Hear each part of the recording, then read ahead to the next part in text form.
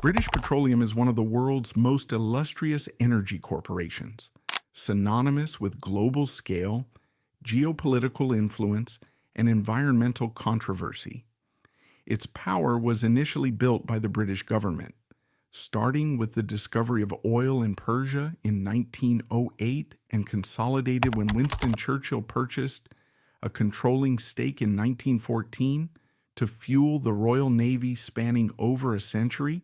BP has shaped British foreign policy in the Middle East and expanded its operations globally. Its legacy includes strategic assets such as the Forties oil field in the North Sea and joint ventures in Alaska. Despite its financial success, the company's history is overshadowed by major crises, including the 1953 Iranian coup d'etat and the 2010 Deepwater Horizon disaster, the largest marine oil spill in history. William Knox Darcy was not an oil man. He was a fabulously wealthy socialite who had made his fortune in the 1880s from a literal mountain of gold in Queensland, Australia. By 1900, he was living in London, a fixture of the elite, but he was bored, and he was convinced the gold market was saturated. He was looking for his next great gamble. That gamble was presented to him by a group of British diplomats and adventurers. The prize was Persia, the nation now known as Iran. Persia at the turn of the 20th century was a failing state, ruled by the corrupt and bankrupt Qajar dynasty. The Shah, Mozaffar ad-Din Shah Qajar, was a notorious spendthrift, desperate for Western cash to fund his lavish trips to Europe. In 1901, Darcy, the British speculator, struck a deal. It was one of the most lopsided and exploitative contracts in colonial history. For a cash payment of just £20,000, a small share of future profits, and a promise to pay the Persian government 16% of net profits, Darcy was granted an exclusive 60-year concession to discover, exploit, develop, render suitable for trade, carry away and sell all petroleum, natural gas, asphalt, and azocarite throughout the entire Persian Empire, an area of 480,000 square miles. It was, in effect, a deed of ownership for the entire undiscovered oil wealth of a nation. Darcy, who had never set foot in Persia, began his dark past of exploitation. He sent his geologists into the remote, barren Zagros Mountains. For the next 7 years, the gamble was a catastrophic failure. Darcy's drill teams, led by George B. Reynolds, battled extreme heat, disease, and hostile tribes. They drilled dry hole after dry hole. By 1907, William Darcy was personally bankrupt. He had spent his entire Australian gold fortune, over £500,000, on this failed Persian venture. He was desperate. To save his concession, he was forced to turn to the Burma Oil Company for a bailout, ceding a large portion of his control. In May 1908, with the financial backers in London having sent a final telegram ordering Reynolds to cease work, dismiss staff, and abandon the search, the drill bit at Masjid Suleiman struck oil. It was not just oil. It was a gusher, a spectacular 50-foot fountain of crude that signaled the discovery of the first great oil field in the Middle East. The Anglo-Persian Oil Company was immediately formed in 1909 to exploit the find. But this victory was also the birth of the dynasty's central, violent conflict. The Persian people, who were in the midst of their own constitutional revolution against the Shah, saw this deal for what it was, the theft of their national resources. The 16% of net profit clause was a financial joke, as APOC would, for the next 50 years, use creative accounting, inflated costs, management fees, and shipping charges to ensure that the net profit was almost zero. The Persian government was paid, by some estimates, as little as 2% of the real value of the oil being extracted. This original sin of exploitation, This foundation of colonial arrogance would fester for decades, eventually leading to the 1951 nationalization crisis. But in the 1910s, APOC had a different problem. It had the oil, but it had no market. It was a small, struggling producer, overshadowed by Shell and the Standard Oil giants. It was on the verge of failure for a second time. It was saved by the British government. In 1911, Winston Churchill became the First Lord of the Admiralty, the civilian head of the Royal Navy. Churchill was a visionary, and he was making a terrifying strategic pivot. He had decreed that the entire British fleet, the source of all British imperial power, must convert from Welsh coal to oil. This created a national security crisis. Britain had coal. It had no oil. The Royal Navy was now 100% dependent on foreign corporations, namely Shell and Standard Oil, for its very survival. Churchill, a staunch imperialist, found this unacceptable. He needed a British source of oil, a captive supply that he could control. He found it in the struggling Anglo-Persian Oil Company. In 1914, just months before the outbreak of World War I, Churchill stood before Parliament and, in a masterful speech, convinced them to make one of the most significant deals in history. The British government, for a sum of £2.2 million, would purchase 51% in the Anglo-Persian Oil Company. This was a revolutionary moment. The BP dynasty was born. It was not a private company. It was now a state-owned enterprise, a national champion, whose primary purpose was not to generate profit for shareholders, but to provide cheap, guaranteed fuel for the Royal Navy.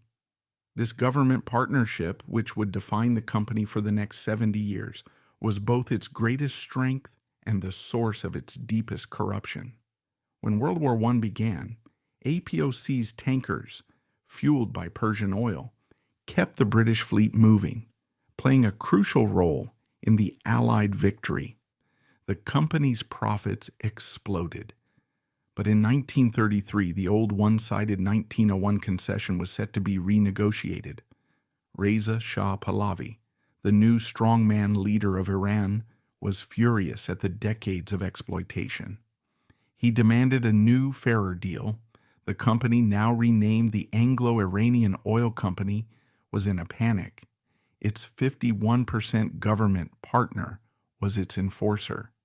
The British government allegedly used a combination of gunboat diplomacy and, according to historical reports, outright bribery of the Shah's officials to force a new deal. The 1933 concession was another colonial sham on paper. It raised Iran's share.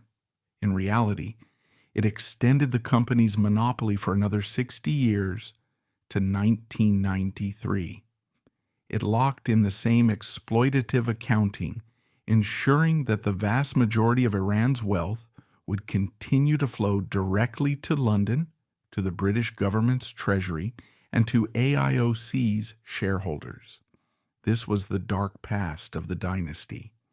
It was a state-sponsored robber baron, using the power of the Royal Navy and political corruption to maintain its iron grip on a foreign nation's only resource. This corrupt colonial model was perfected during World War II. The Abadan refinery in Iran, now the largest in the world, became the primary fuel tank for the entire Allied war effort in the Mediterranean and Asia. The company's contribution to the defeat of the Nazis was immense. But in the post-war world, the old colonial order was dying. Nationalism was sweeping the globe. And in Iran, a new charismatic, democratically elected prime minister had risen to power. His name was Mohammad Mossadegh. Mossadegh, a fiery nationalist, looked at the 1933 agreement and saw it for what it was: theft. He saw that the Anglo-Iranian Oil Company was paying more in income tax to the British government than it was paying in royalties to Iran, the country from which it was extracting the wealth. In 1951, after AIOC arrogantly refused any meaningful renegotiation, Mossadegh did the unthinkable. He passed a law, backed by a unanimous parliament, to nationalize the Anglo-Iranian Oil Company. He seized the Ibadan refinery. He expelled the British technicians. He declared that Iran's oil now belonged to the people of Iran. This was the greatest crisis in the dynasty's history. It had lost its crown jewel, its sole source of crude, which represented 50% of its entire global production. The company's stock collapsed. The BP dynasty was, for all intents and purposes, bankrupt. But the dynasty did not just have shareholders, it had a state. The British government, led by Winston Churchill, was apoplectic. This was not a business dispute, it was a geopolitical catastrophe. AIOC, with the full backing of the British government, immediately launched a global blockade. They organized the other 7 sisters to boycott all Iranian oil. No company would buy it. No tanker would ship it. They were going to strangle Mossadegh financially, but Mossadegh, backed by his people, refused to break. By 1953, the British government realized the blockade was failing. They turned to their new junior partner in the Cold War, the United States and its Central Intelligence Agency. What happened next was one of the most infamous and best documented conspiracy theories in modern history, one that was proven to be true by declassified CIA documents. In 2013, MI6 and the CIA, in a joint operation codenamed Operation Ajax, organized a military coup to overthrow the democratically elected government of Mohammad Mossadegh. The CIA, led by Agent Kermit Roosevelt Jr., bribed Iranian politicians, army officers, and street gangs. They planted black propaganda in the press, painting Mossadegh as a communist and a madman. When the first coup attempt failed, they organized a second, using paid-for mobs to storm the streets, creating a wave of chaos. Mossadegh was arrested. The democratic government was destroyed. The Shah of Iran, Reza Pahlavi, who had fled the country in terror, was flown back and reinstalled on the throne by the CIA and MI6. The Anglo-Iranian Oil Company had won. It had used the intelligence agencies of 2 of the world's great powers as its private regime change army to destroy a democracy that had dared to take back its own property. The dynasty got its oil back, although it was now forced to share it in a new consortium with its American sisters. The company in 1954 was rebranded with a new, cleaner name, the British Petroleum Company, or BPP. This was the legacy of the dynasty's dark past. It was a company that had been born from a corrupt concession, saved by the British military and restored to power by a CYE coup. It was a dynasty that had learned unequivocally that its power did not come from the free market. It came from its unbreakable and often secret alliance with the state.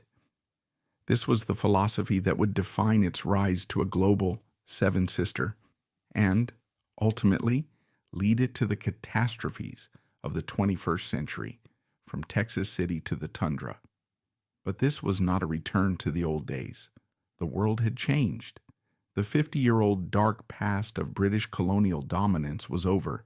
AIOC, the family firm, was forced to accept a new humiliating reality. They no longer had a 100% monopoly on Iran's oil. They were now just one partner, forced to share the spoils with their American rivals, the Baby Standards and their European sister, Shell. In 1954, in a move of pure public relations, the dynasty erased its own stained name. The Anglo-Iranian Oil Company, a name now synonymous with colonial arrogance and a violent coup, was retired.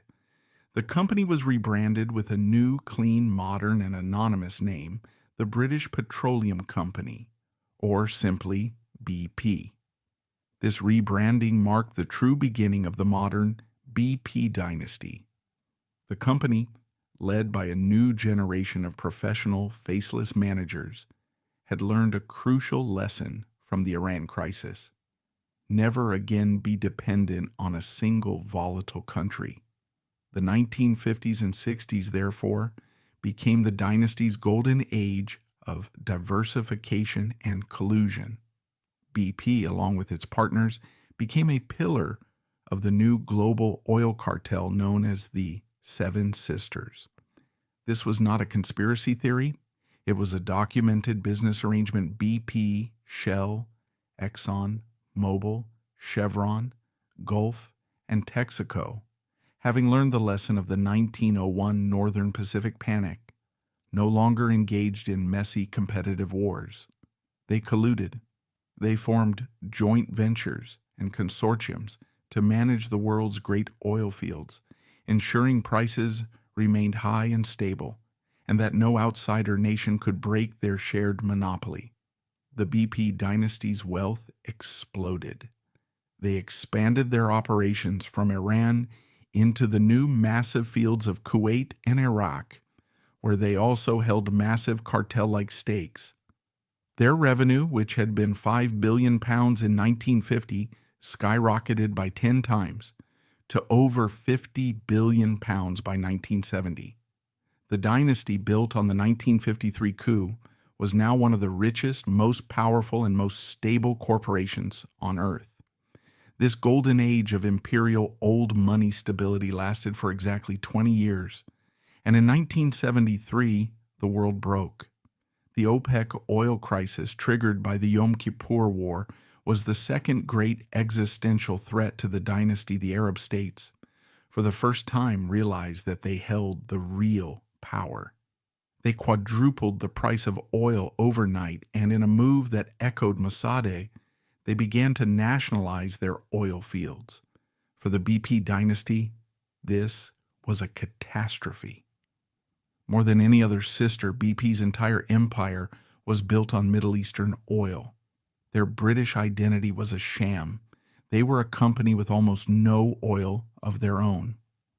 As their assets in Iran, Kuwait, and Libya were seized by the new nationalist governments, the company was once again facing bankruptcy. They were a global giant with nothing to sell. This crisis forced the dynasty into the two most important high-risk gambles of its 20th century history. They had to find safe, non-OPEC oil, and they had to find it fast. Their first gamble was in the United States. In 1968, just before the crisis, a massive discovery had been made in the most remote, hostile environment on Earth, Prudhoe Bay, Alaska. This was a supergiant field, but it was trapped 800 miles from the nearest port, across 3 mountain ranges, and a vast frozen tundra. BP, in a desperate pivot, poured its remaining capital into this Alaskan venture. While the Bechtel dynasty was building the Trans-Alaska Pipeline to move the oil, BP was buying up the rights to the oil itself. By 1977, when the pipeline was complete, BP was the single largest owner of America's oil, a move that would, decades later, give it the leverage to conquer the American market. Their second and even more audacious gamble was in their own backyard, the North Sea. In the 1970s, the North Sea was considered undrillable. It was not a calm gulf. It was a violent, frozen, and lethally deep stretch of ocean. No company had the technology to build a platform that could withstand the 100-foot waves and hurricane-force winds. The BP dynasty, led by its engineers, did it anyway. They pioneered the field of deep-sea drilling. In 1970, they struck the massive Forties field. This was a technological moonshot. They had to invent, from scratch, the engineering needed to build and operate a platform in 400 feet of one of the most dangerous bodies of water on Earth. In 1975, the Forties field began production. It was a staggering 750 million pound triumph. The field would, by itself, produce 500,000 barrels a day, making Britain, for a time, a self-sufficient oil power. BP was once again the national champion that had saved the country. These two pivots, Alaska and the North Sea, defined the dynasty's new strategy. They had successfully diversified away from the unstable Middle East and become the undisputed masters of high-risk, high-tech, environmentally hazardous drilling. This new Western focus led to the dynasty's final great consolidation. In 1998, BP, now a supermajor, announced the largest industrial merger in history. It was acquiring the American giant Amoco for $48 billion. This was a brilliant strategic move. It made BP a true global seven-sister, giving it a massive network of American refineries, gas stations, and, most importantly, Amoco's dominant drilling position in the Gulf of Mexico. This new massive BPP Amoco entity needed a new, softer image. The dynasty's dark past of colonialism, coups, and oil spills was a public relations liability.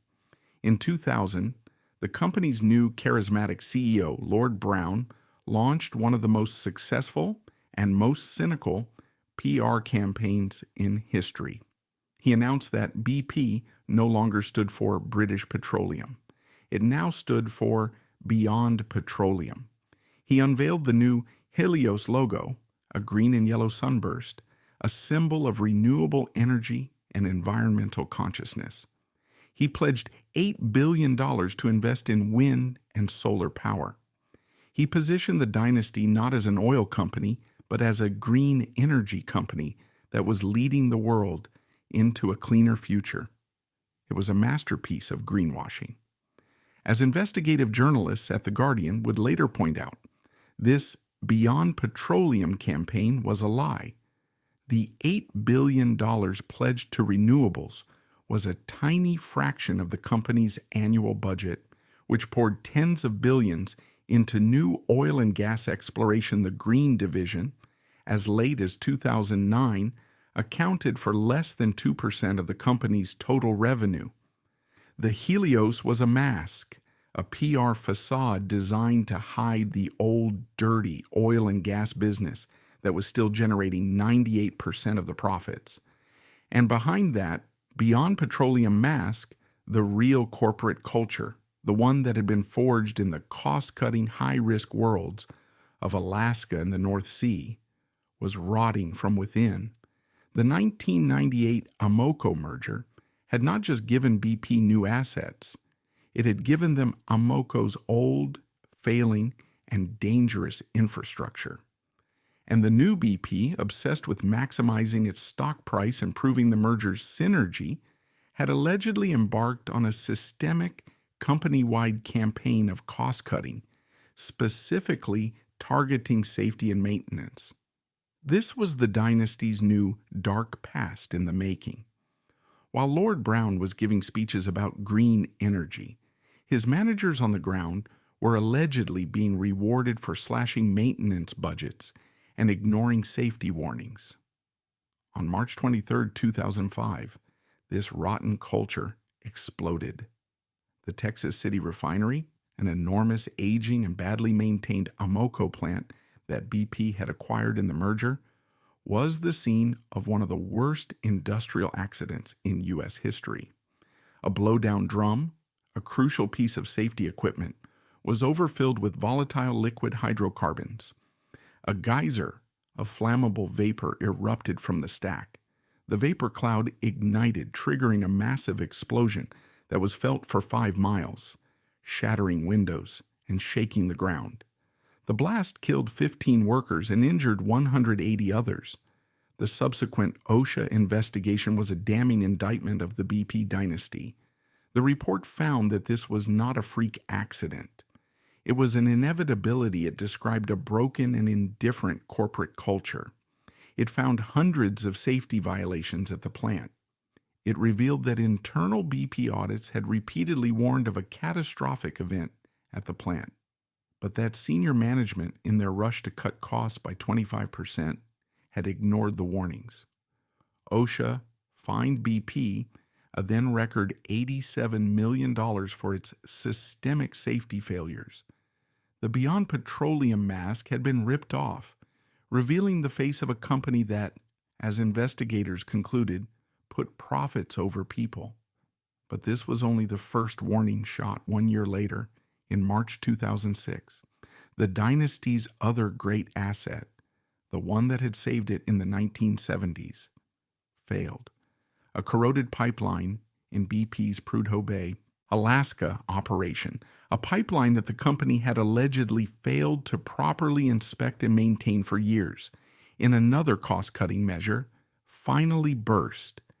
It spilled 267,000 gallons of crude oil onto the pristine Alaskan tundra. It was the largest oil spill in North Slope history. The company was once again hit with millions of dollars in fines from the EPA and the Department of Transportation. A whistleblower later testified that he had warned BP management for years about the severe corrosion in that very pipeline, but had been ignored and intimidated by managers who were under pressure to cut maintenance costs. The pattern was now undeniable.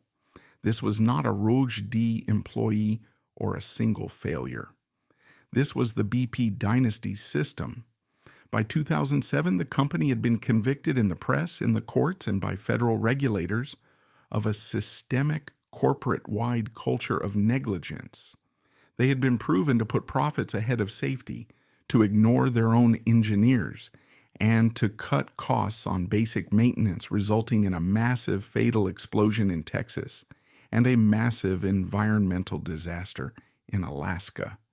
This was the company, this was the dynasty that was, at this very moment, pushing this same broken, cost-cutting culture to its absolute physical limit in the most dangerous environment on Earth, the ultra-deep water of the Gulf of Mexico.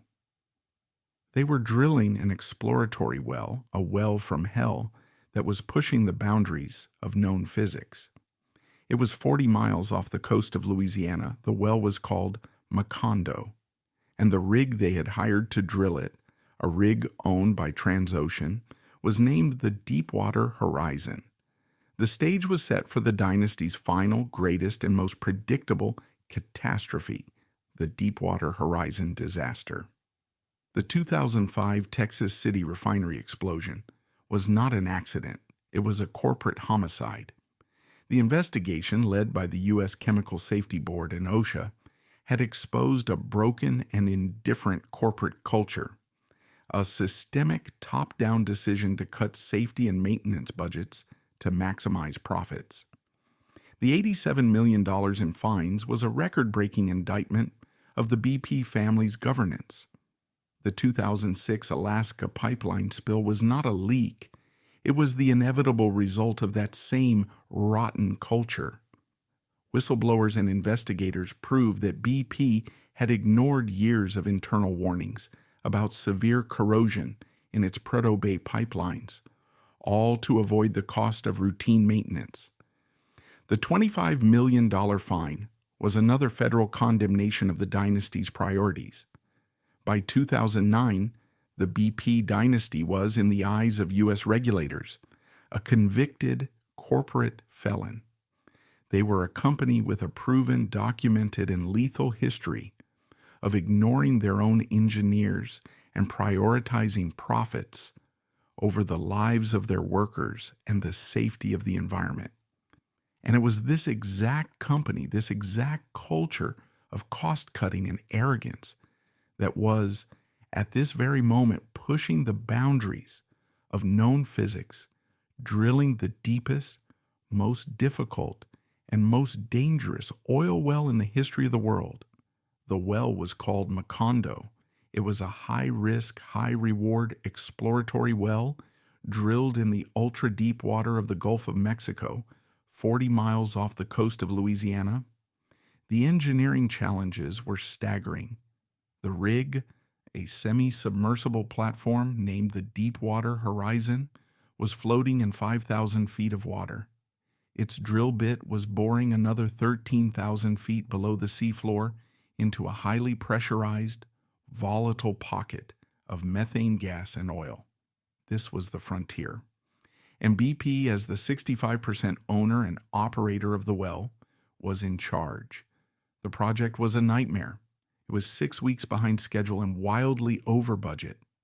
Every day the rig was on site, it cost BP and its partners over $1.5 million in rental fees.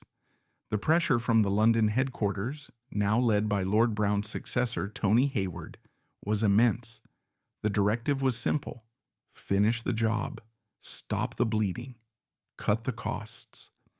In March and April of 2010, the Deepwater Horizon rig was in the final, most dangerous phase of its mission, temporarily sealing the well so the rig could move off.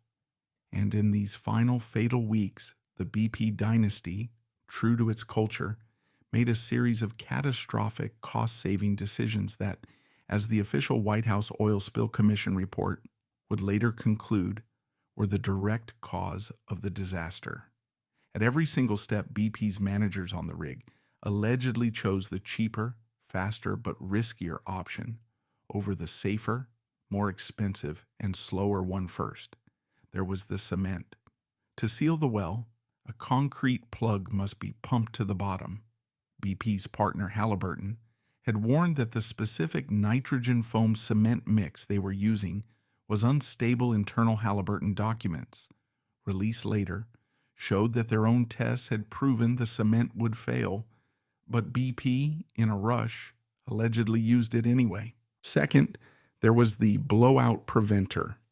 This was the 450-ton, 5-story high fail-safe device on the ocean floor, a stack of massive hydraulic shears designed to slice through the drill pipe and seal the well if a kick of gas erupted. The BOP on the Deepwater Horizon was known to be damaged. One of its key components, a blind shear ram, had failed a test just weeks before repairing. It would have meant pulling up the entire pipe and delaying the project, costing millions. BP and the rig operator Transocean allegedly ignored the failure and continued drilling. The final fatal decision came on the morning of April 20th, 2010. The crew was conducting its final negative pressure test to confirm the well was sealed. The test failed. It showed that the unstable cement plug was leaking, that high-pressure methane gas was seeping into the wellbore. This was the moment the rig should have been shut down, but, as survivors later testified, a bubble of denial had formed. After a confused 10-minute debate, the BP and Transocean managers on the rig chose to ignore the failed test. They dismissed the data as an anomaly. They declared the test a success, and at 8 p.m., they gave the order to continue the sealing process, a decision that would doom the 11 men. At 9:47 p.m., the anomaly reached the surface. A massive bubble of high-pressure methane gas, which had been leaking through the failed cement plug for hours, shot up the drill pipe. It blasted through the rig floor, igniting in a catastrophic, fiery explosion that was seen from 40 miles away. The Deepwater Horizon was instantly engulfed in a 700-foot-high fireball. The blast was a scene of pure, apocalyptic horror. 11 men caught in the explosion's core were instantly vaporized. The 115 other crew members were left scrambling for their lives, jumping 100 feet from the burning deck into the dark, oil-slicked water. For 2 days, the rig burned, a funeral pyre for the 11 missing men. Then on the morning of April 22nd, the Deepwater Horizon, the $560 million marvel of modern engineering, capsized and sank, tearing the pipe from the blowout preventer and disappearing beneath the waves. The 11 men were dead, and the well from hell at the bottom of the ocean was now wide open, gushing raw, crude oil into the Gulf of Mexico. This was the beginning of the largest environmental disaster in American history. But for the BP dynasty, it was the beginning of a public relations crisis, and they responded with the only tool they knew: deception. The company's new CEO, Tony Hayward, immediately flew to the Gulf. His first and most crucial job was to control the narrative. He knew that under the Oil Pollution Act of 1990, BP was legally liable for all cleanup costs and damages, and that the fines were calculated per barrel spilled. Therefore, the company's entire strategy was to lie about the size of the spill. In the first days, BP told the U.S. Congress and the public that the well was only leaking 1,000 barrels of oil a day. This was a manageable amount. This was a brazen, calculated lie.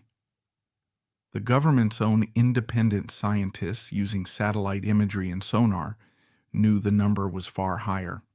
But BP, as the only entity with cameras at the wellhead, controlled the data. They refused to release it.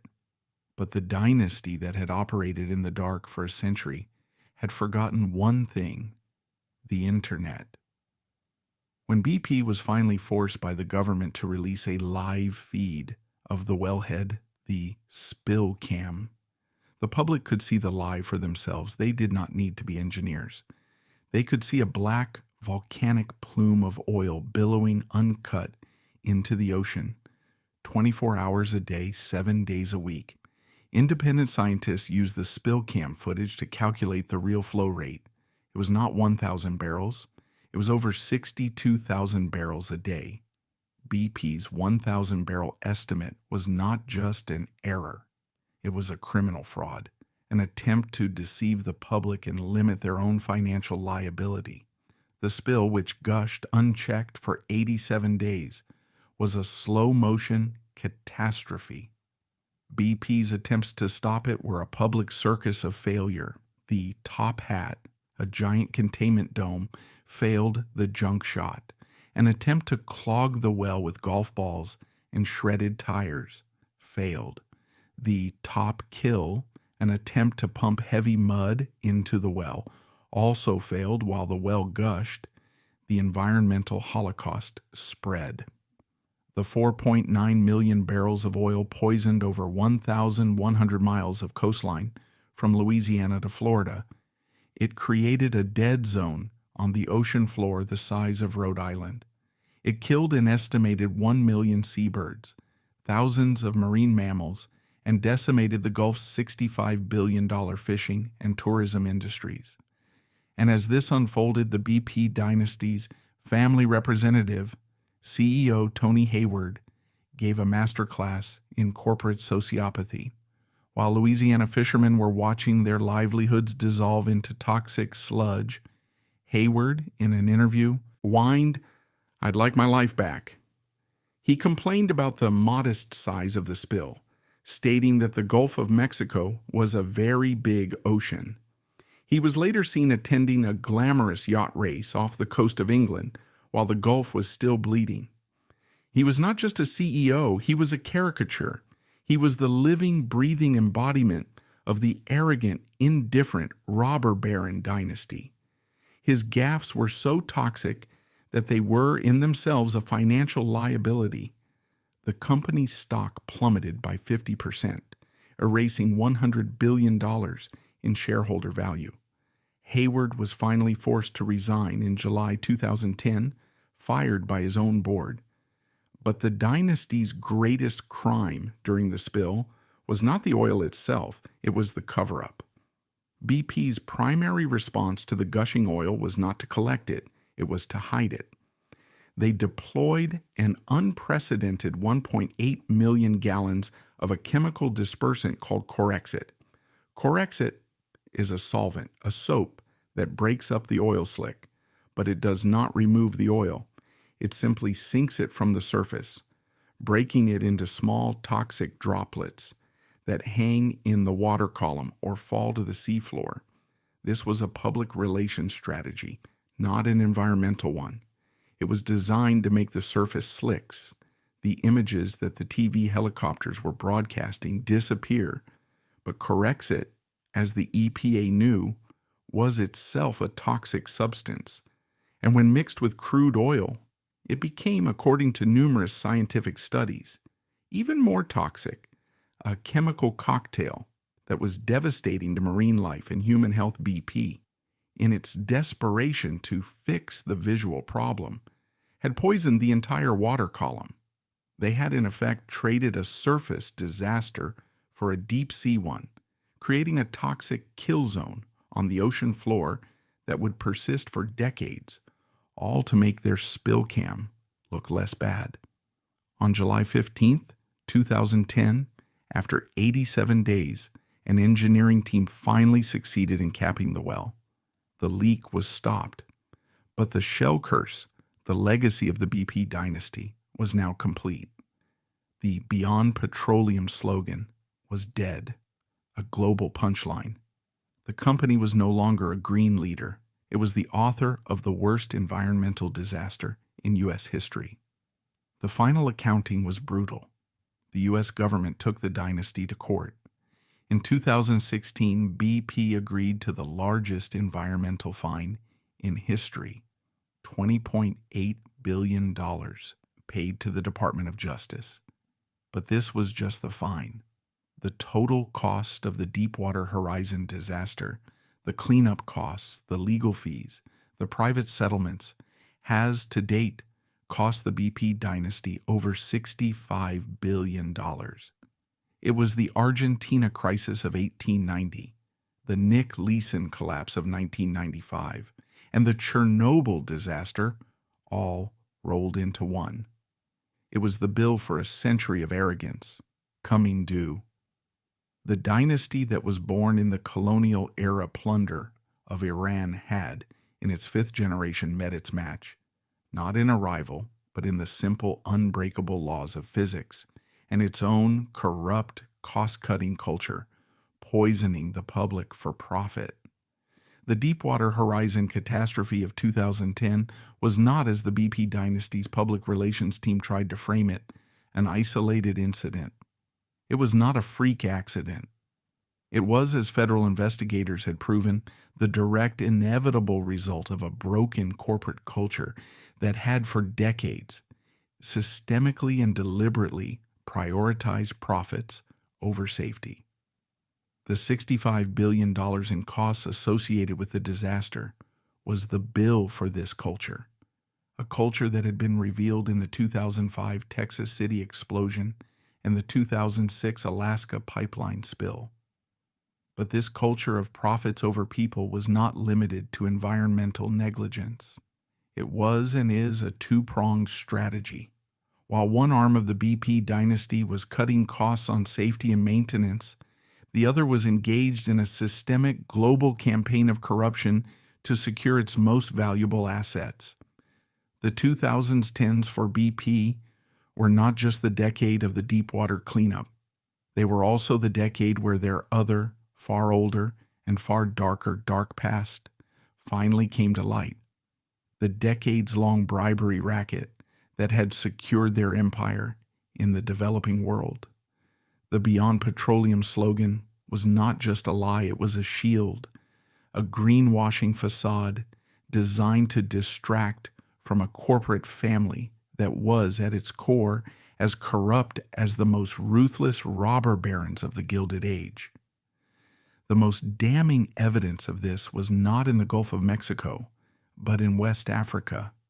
While the world's media was transfixed by the spill cam, investigative journalists and international law enforcement were piecing together a vast conspiracy of bribes and corruption that revealed the true BP system.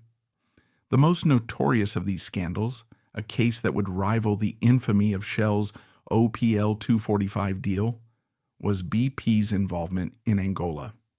In 2022, the UK's Serious Fraud Office concluded its investigation. The findings were stark. The BP dynasty was ordered to pay a fine of £30 million for systemic corruption in its Angolan operations. The investigation revealed that BP, in its quest to secure lucrative oil and gas contracts, had paid a local agent who had undisclosed personal connections to high-ranking Angolan government officials over $14 million in consulting fees. This was not lobbying. It was, as the SFO laid out, a textbook bribery scheme. The consultant was a ghost, a shell company used to funnel millions of dollars directly to the political elite of Angola, in exchange for which the BP dynasty was granted access to the nation's oil wealth. This was not a one-off payment. This was a system. The SFO found that BP had failed to stop the payments even after internal audits had flagged them as a high risk of corruption, the company knew, and it had continued to pay. This Angolan case was just one piece of a much larger global puzzle. The BP dynasty's dark past of colonial exploitation, the legacy of the 1953 CIA coup in Iran, had never ended. It had simply modernized. It had evolved from using MI6 to topple a prime minister to using offshore bank accounts to bribe one.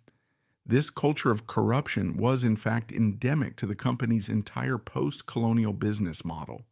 While BP was publicly divesting from its most toxic assets in the 2000s, it was simultaneously doubling down on this corrupt, high-risk, high-reward strategy.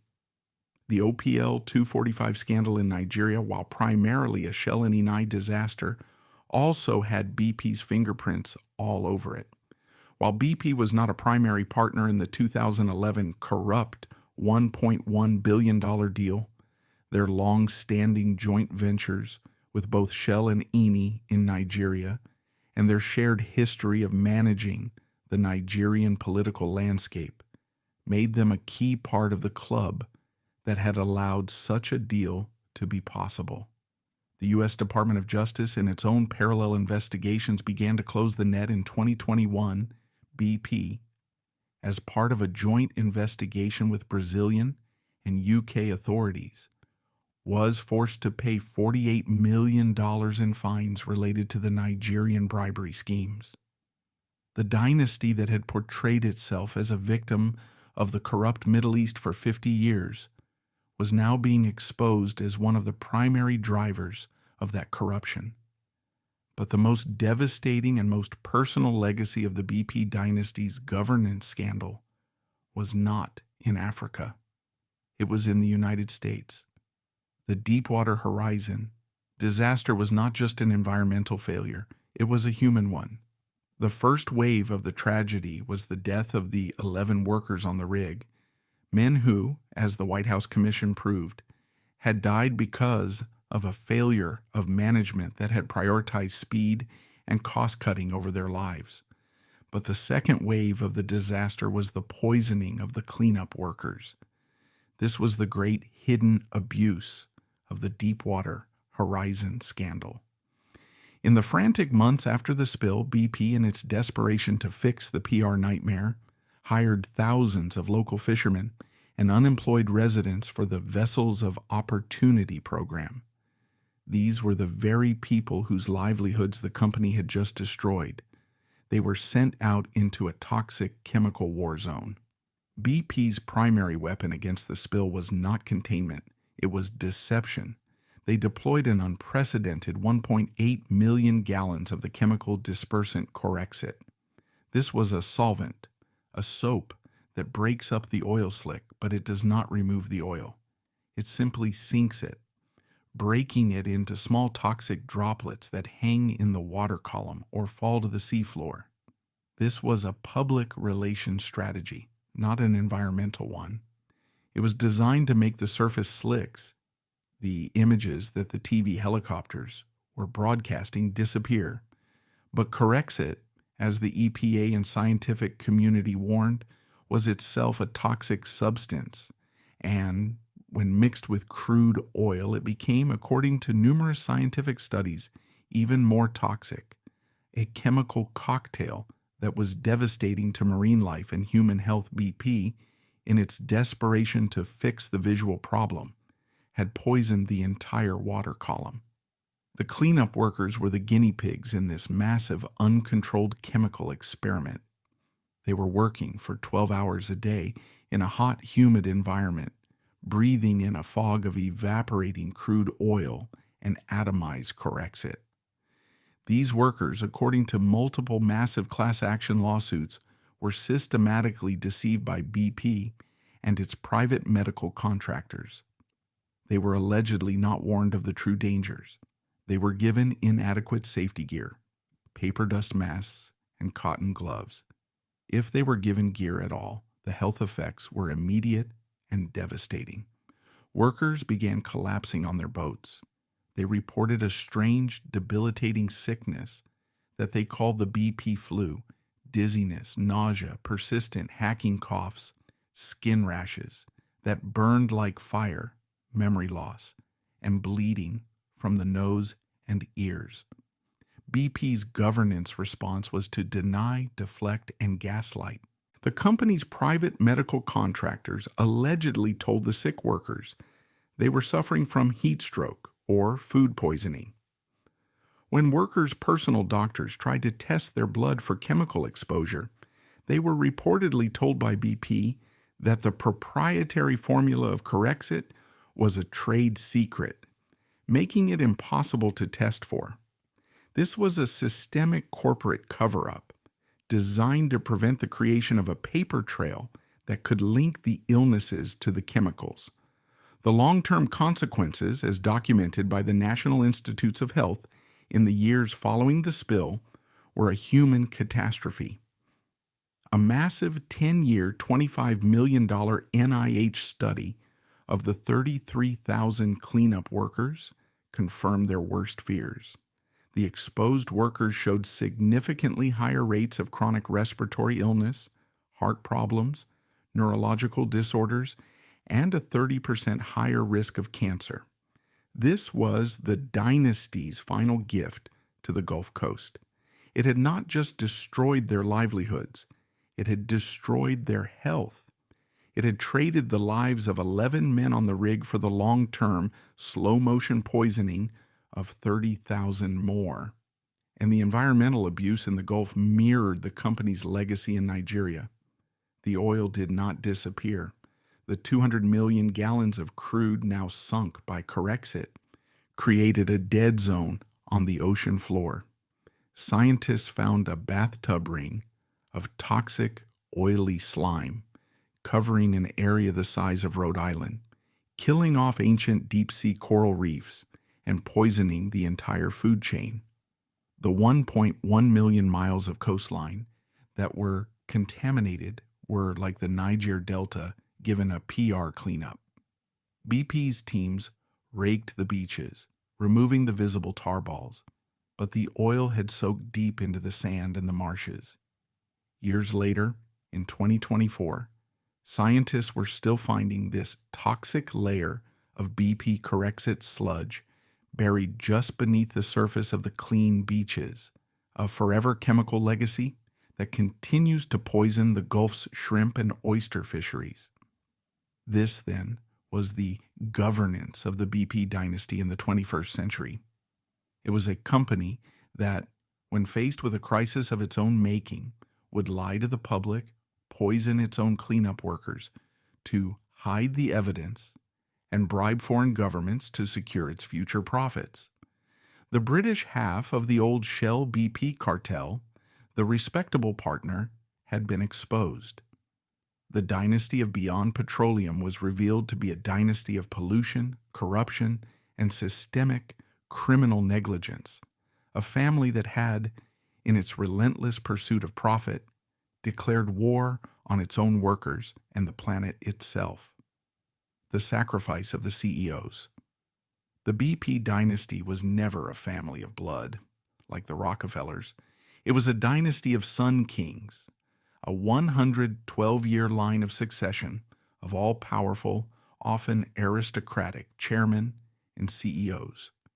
From its 1908 origins, the company's power was embodied by a single visionary patriarch, William Knox Darcy, Winston Churchill, and the Seven Sisters executives who ran it like a private fiefdom, the Deepwater Horizon disaster in 2010, and the subsequent $65 billion reckoning did more than just bankrupt the company's balance sheet. It broke this line of succession forever. It shattered the imperial CEO model. The story of the dynasty's personal disintegration is the story of three heirs who were, one by one, publicly sacrificed, humiliated, and deposed, all in a desperate attempt to save the family name from the consequences of its own toxic culture. The first and most spectacular personal tragedy was that of Tony Hayward. Hayward was a BP lifer. He was a geologist, a company man who had worked his way up the ranks for 26 years.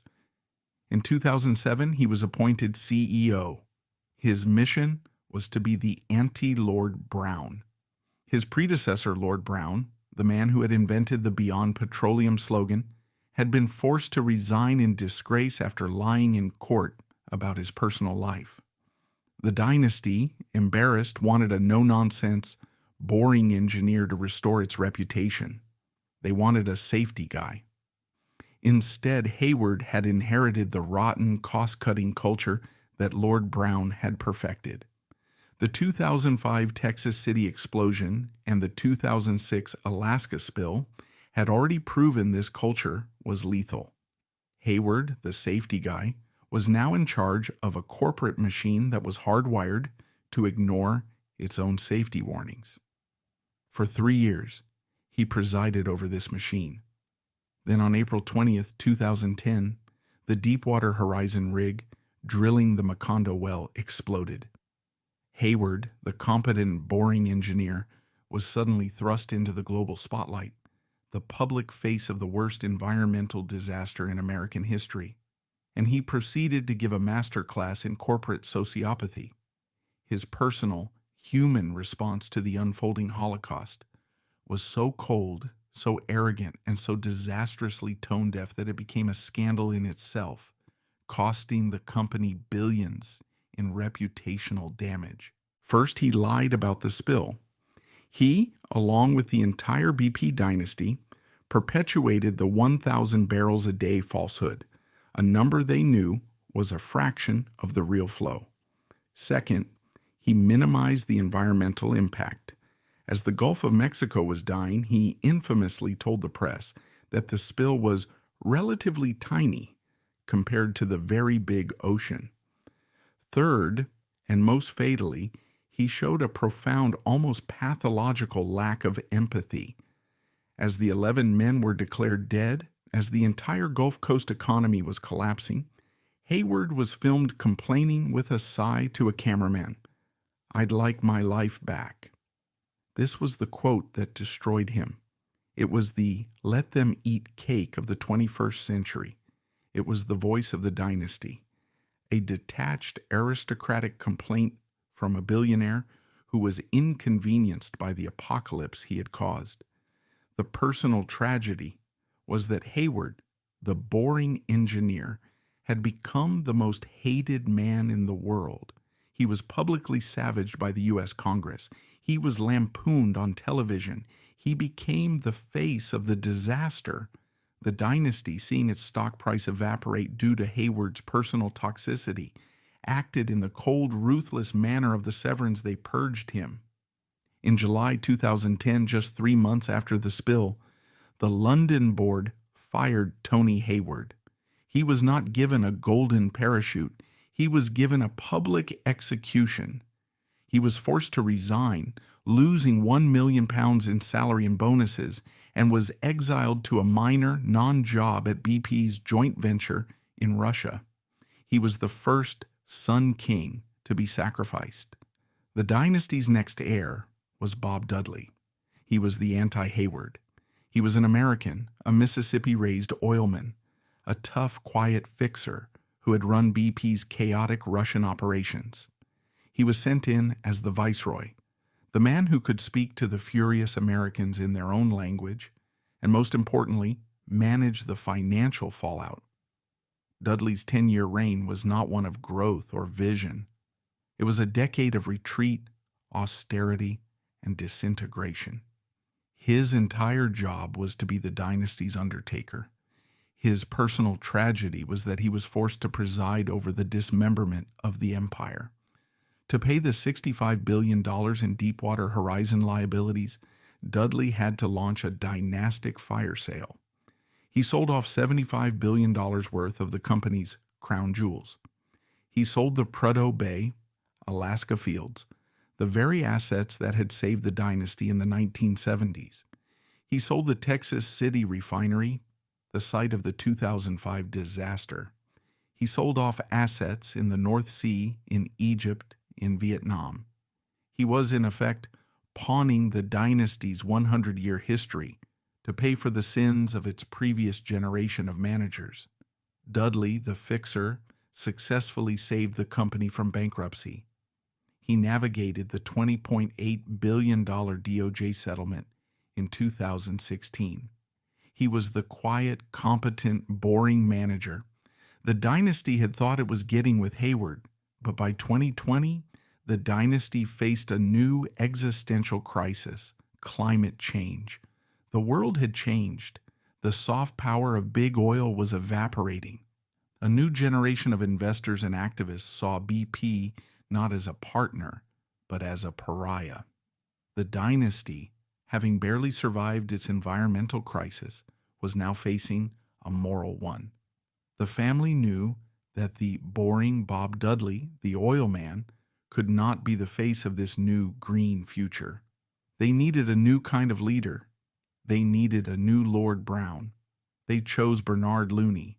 Looney, an energetic, likable Irishman, was the perfect new money CEO. He was not an old guard aristocrat. He spoke the language of social media, of purpose, and of sustainability. In February 2020, he was appointed CEO. His mission was to be the savior, to rebrand the dynasty for the 21st century, and finally wash away the stains of Texas City, Alaska, and Deepwater Horizon. Looney immediately launched the dynasty's most radical pivot in its 112-year history.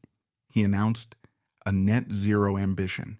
He stood before the world and declared that BP, the ultimate big oil giant, was no longer an oil and gas company. This was Beyond Petroleum Act 2. But on steroids, Looney announced that BP would cut its oil and gas production by a staggering 40% by 2030. He pledged to pour billions of dollars into building wind and solar farms. He fired 10,000 employees, mostly old-school oil explorers, and began hiring renewable energy experts. It was once again a masterpiece of greenwashing. The global media, desperate for a good oil company, hailed him as a visionary. For 2 years, Bernard Looney was the darling of the climate change world, the good CEO who was getting it.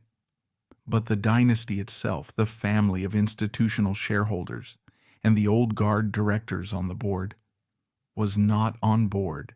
They had just survived the $65 billion Deepwater Horizon collapse. Their only source of profit, the only thing paying the bills, was oil and gas. And in 2022, when Russia invaded Ukraine, the price of oil skyrocketed. The dirty business that Looney was trying to shrink was suddenly wildly profitable again. BP, like Shell, was coining money, posting its highest profits in a decade. This created a massive internal dispute. The family was at war with its own heir. The shareholders saw Looney's green plan not as a vision, but as financial suicide. They were, in the words of one analyst, coining money from oil, and their CEO was actively trying to stop doing it, all to build low-profit wind farms. The board, the True family, decided to act. In September 2023, the financial world was stunned by a sudden terse announcement. Bernard Looney was resigning, effective immediately. The official reason was a personal scandal.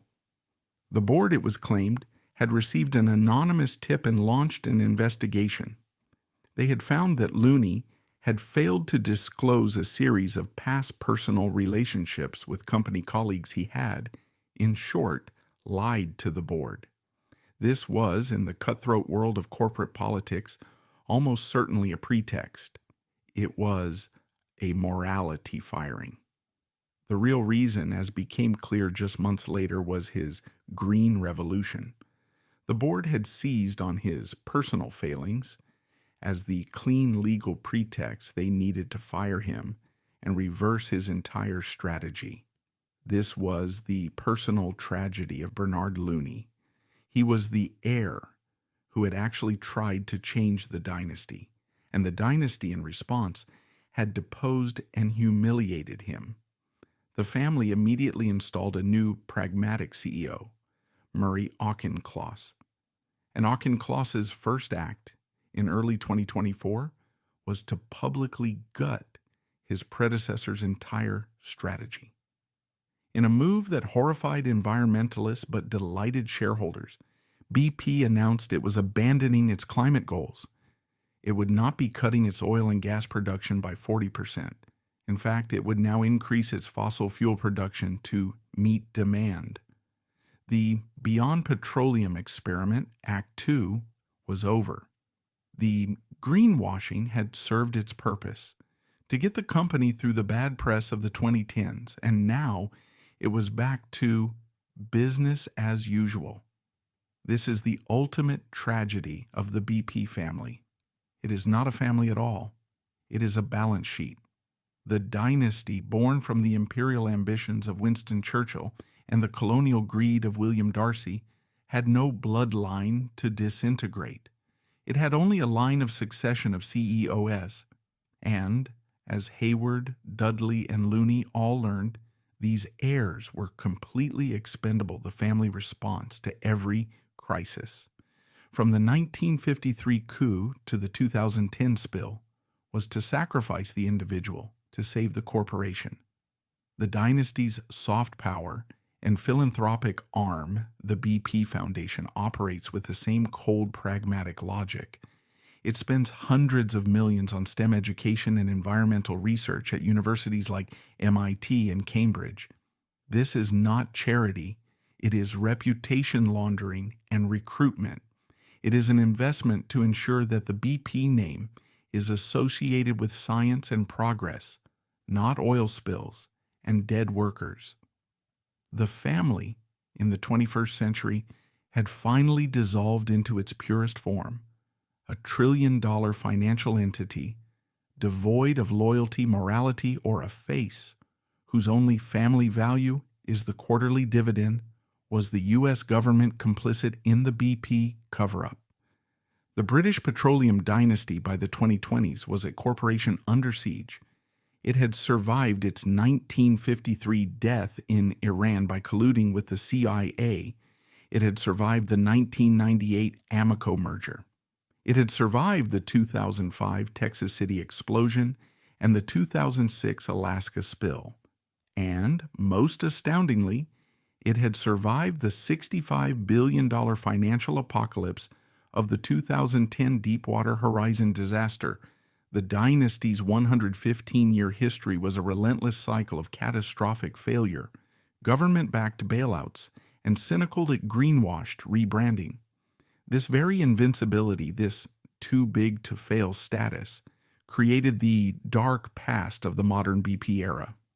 The company's actions were so often disastrous and the consequences so minimal that the public, and indeed many historians, refused to accept the official story. They saw instead a conspiracy. This is the final true legacy of the BP dynasty. It is not just a history of oil spills. It is a history of deep, systemic, and provable soft power, a web of influence so profound that it blurs the line between corporate incompetence and a conspiracy to prioritize profit over human life and national security. The most potent and enduring conspiracy theory surrounding BP is not about its colonial past, but about its modern disasters. The first and most complex theory is that the 1953 Iranian coup was not just helped by MI6 and the CIA. It was orchestrated by the Anglo-Iranian oil company itself. This is the conspiracy that declassified CIA documents, released in 2013, have proven to be substantially true. The official story for 60 years was that the US and UK governments had acted to stop Prime Minister Mohammad Mossadegh because he was drifting toward communism. The reality, as chronicled by historians like Stephen Kinzer in his book All the Shah's Men, was that this was a corporate assassination AIOC, furious at Mossadegh for nationalizing their Iranian oil fields, had directly lobbied the British government. They did not just ask for help, they demanded a regime change.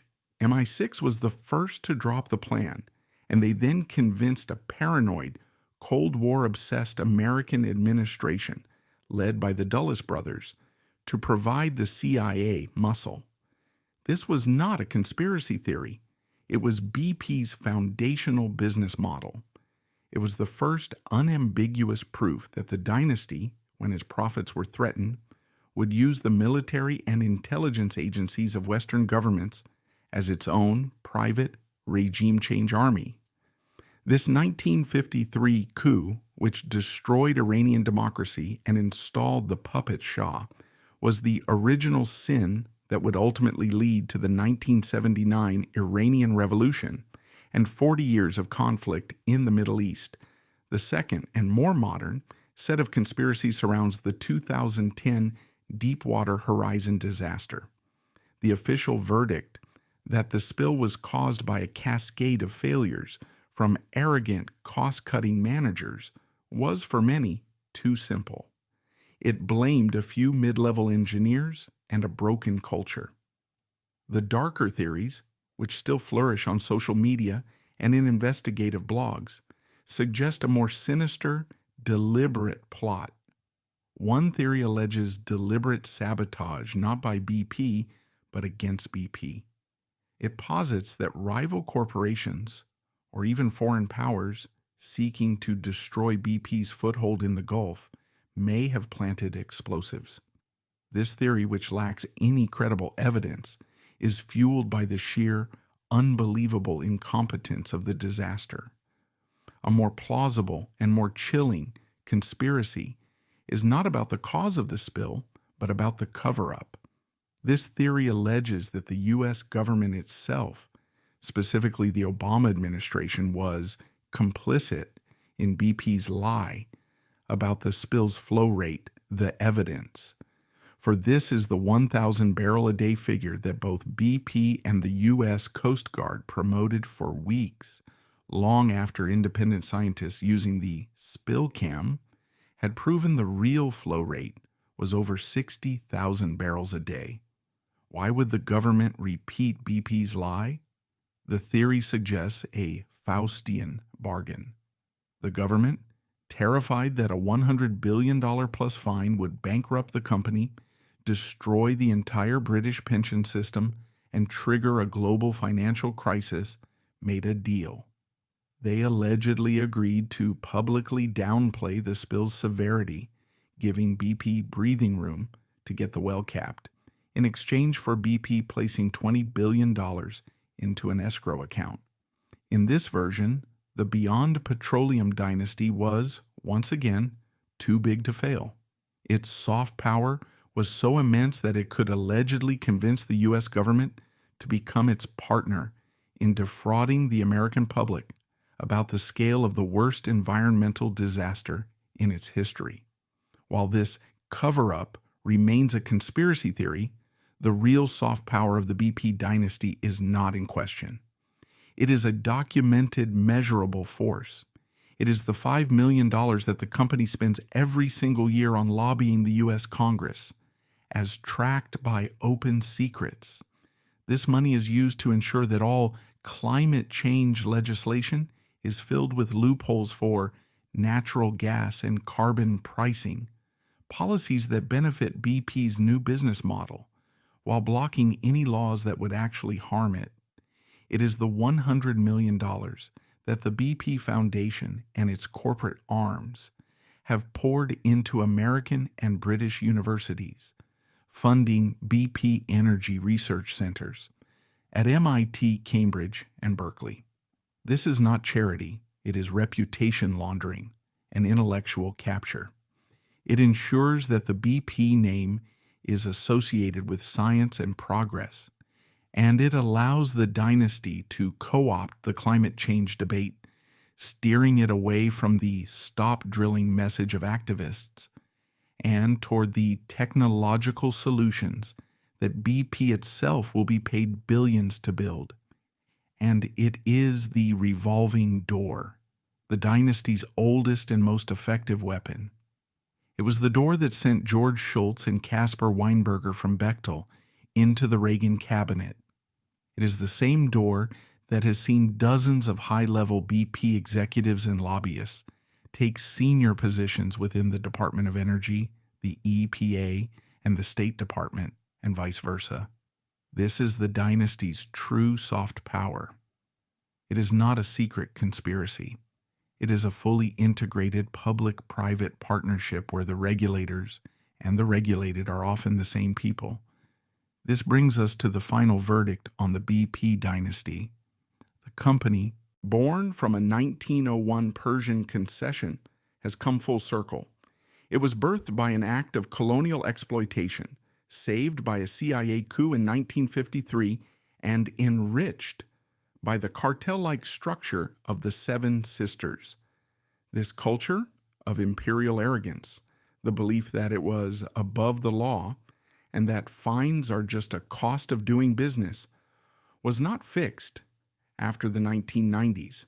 It was doubled down on. The 2005 Texas City explosion and the 2006 Alaska spill were the direct result of this culture. They were not accidents. They were premeditated financial decisions. The company's own internal reports and the later OSHA investigation proved that BP's London leadership had been warned repeatedly that their 25% budget cuts to maintenance would lead to a catastrophic failure. They knew, and they did it anyway. The Deepwater Horizon disaster just 5 years later was the exact same story, but on a larger scale.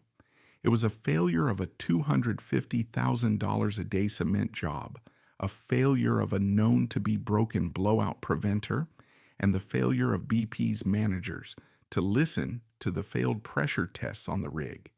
It was a failure driven, as the White House Commission concluded, by a rush to finish, a culture of cost-cutting, and an arrogance that was, by now, the dynasty's defining family trait. The personal tragedy of the BP dynasty is that it has no family to hold accountable. The founding Darcy bloodline is long gone, diluted into quiet British aristocracy.